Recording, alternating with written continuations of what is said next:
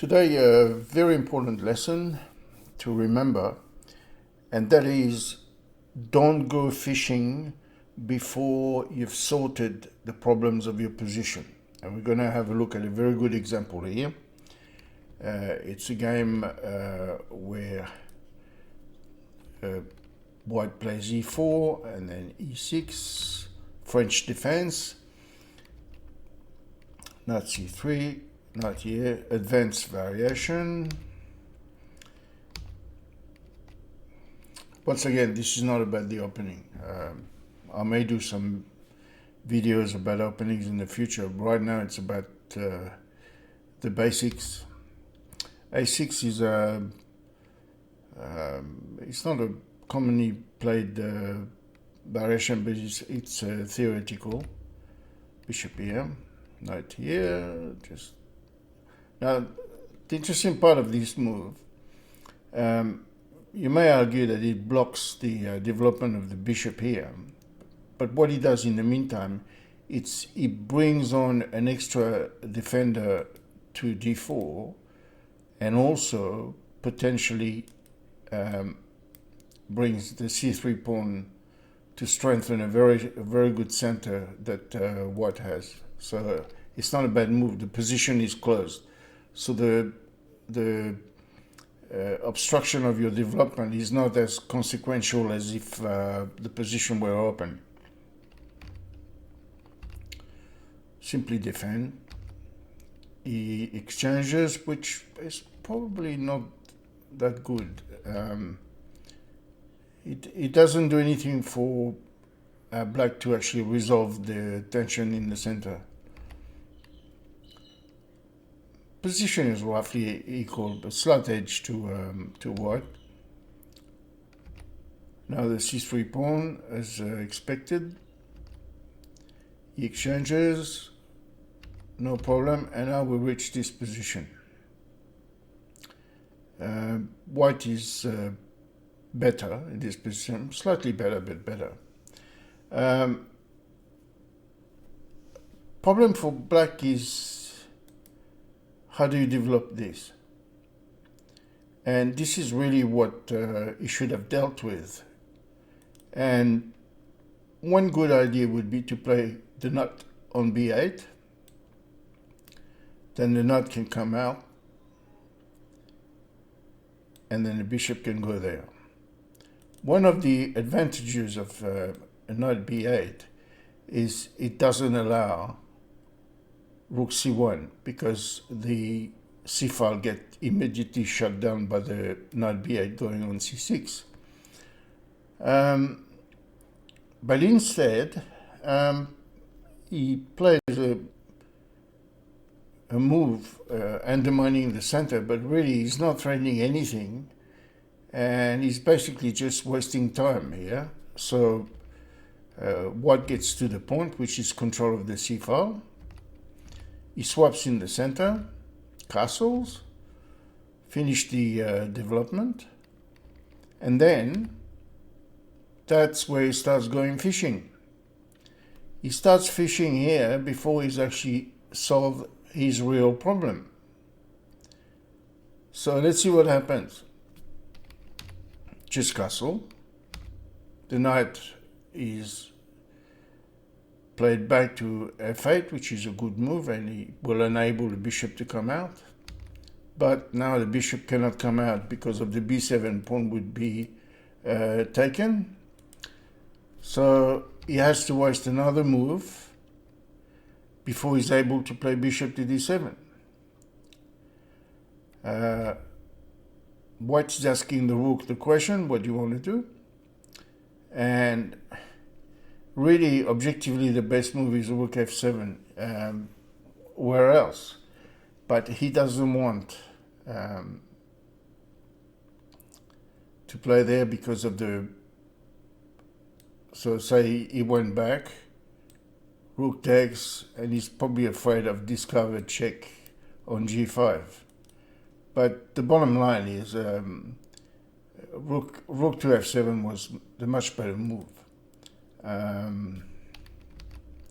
So we're going to have rook takes f7, we're going to have king takes, knight g5, king g8, and then possibly the best way is to move the knight to d6. So going this way, bishop comes out, and then the knight goes on d6, where it's very effective. In this line, white is comfortable, but there's still plenty of play left. So we go back to the move that he plays after g3. He plays rook g4, and that's a terrible move that loses the game. Now here, you may notice that the rook really has nowhere to go. So if you could attack the rook with the pawn here, you would basically win it or win an exchange when he has to withdraw to g6. So using this idea, white plays king g2 first. But as a matter of fact, king to f2 was more accurate. The king is better off here on the square. We'll see why in a couple of moves. Now g6, and of course now, if the pawn goes there, there's potential checks here. He's still winning for white, but you have to be very careful.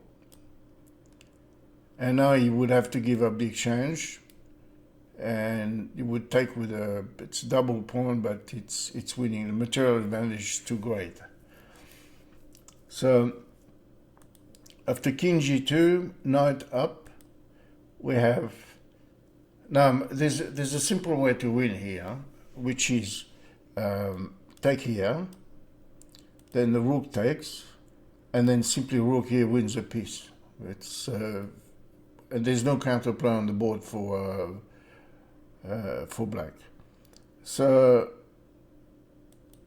I decided to play after knight to g6. I decided to play king to h3. Very tricky because it effectively traps the rook, and he resorts to tactics to try to get out of it,